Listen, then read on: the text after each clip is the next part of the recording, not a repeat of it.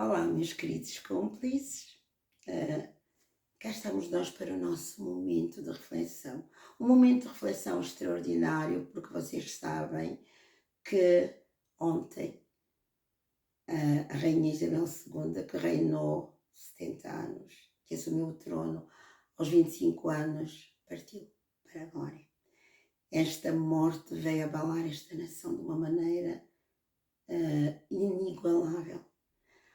Há sobre a Inglaterra um luto denso, uma sensação de insegurança, de medo. E agora? As pessoas se perguntam todo o tempo: e agora? O que é que vai ser de nós? Porque a rainha, apesar da crise política que havia, de um governo que foi instituído, e apesar dela não intervir nas leis do governo, da política, ela sempre foi uma referência. Deixou um legado, a vida dela, o reinado dela foi pautado primeiro pela fé em Deus. Se vocês se derem o trabalho de pesquisar, os primeiros 3 versos do hino da Inglaterra são 3 versos da Bíblia. Ela teve como base, como inspiração, como modelo, a palavra de Deus e a fé em Deus. Os que cercaram com ela privadamente, os seus conselheiros, eram cristãos e viam nela uma mulher de fé, porque ela deixa um legado de unidade, um legado de justiça, um legado de sabedoria notável, um legado de empatia pelas necessidades do povo e, sobretudo, numa altura que a monarquia é contestada profundamente, porque há tantos escândalos que assolaram a família real. No entanto, esta mulher nós nunca vimos, nem nesta história, neste jornalismo feito de notícias fabricadas, inventadas, qualquer escândalo nesta rainha, na vida desta mulher. É uma mulher que procurou a todo custo unir a família real. Ela traz como fundamento bíblico a unidade familiar. Ela entende que a família é um alicerce para a nação. E isto ela tentou, através das suas atitudes, do seu legado, trazer unidade, o valor, a importância da família, reconciliação, justiça e retidão. Agora, se neste momento o país está à deriva, o país está assustado com o que aconteceu, porque as pessoas não acreditavam mais no governo, porque nunca se viu em toda a história da Inglaterra e também da Europa uma crise descomunal, uma inflação descomunal, económica, uma crise política, uma crise social, uma crise de valores. Cada um faz a sua lei, a lei que não contempla a sociedade, uma crise até espiritual, porque as igrejas, muitas delas, estão vivendo momentos de grande deserto, porque passaram nos seus púlpitos a pregar uma fé cultural e não a palavra de Deus, a não confrontar o pecado. E uma das coisas que é importante aqui frisar, a maior parte das igrejas tem pregado uma fé que agrada, uma fé que se adapta a uma cultura em que nós não podemos falar a verdade. Então aproveitemos nós, como filhos de um Deus Altíssimo, cidadãos de um reino que é inabalável, um reino de justiça, de equidade, um reino de paz. Um reino em que não prevalece a lei do mais forte, em que não há injustiça, mas que a verdade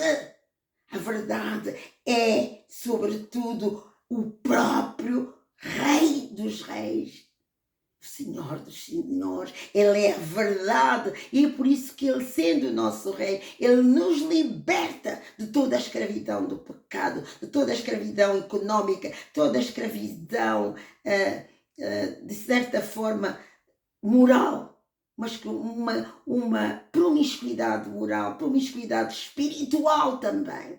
Então é aqui que eu quero meditar com vocês em Isaías, capítulo 9, versículo 7. Geralmente este versículo é associado para anunciar o Natal, o cumprimento da profecia de Isaías, mas eu aqui quero transportar este versículo, quero contextualizá-lo neste momento que nós vivemos agora, de uma incerteza para quem? Para quem confia no homem, quem confiou apenas na rainha. Porque ela, apesar de ter sido usada por Deus como um elemento, um instrumento de unidade, de reconciliação, de sabedoria, o que é que nós temos que fazer agora como filhos de Deus? Profeticamente declarar que, no versículo 7, ele, quem? Jesus, estenderá o seu domínio, o seu poder, e haverá paz sem fim sobre o trono de Davi. Nós sabemos que Jesus vem da genealogia de Jessé, pai de Davi. E então o que é que ele fará mais? E sobre o seu reino, o reino dos seus, do qual nós somos cidadãos, é estabelecida e mantida o quê? A justiça, a equidade, a retidão, desde agora e para sempre. O zelo do Senhor, da sua palavra, o Senhor dos exércitos, será cumprido, será estabelecido. É esta transição. Se por um lado o povo chora a morte da sua rainha, porque foi uma rainha usada por Deus, não temos dúvidas disso, que deixa um legado, que nós, como cidadãos de Deus, oremos para que este novo rei, que ontem foi indicado, Charles III, que não tem consenso do povo, da nação inglesa, mas que nós oremos por este rei.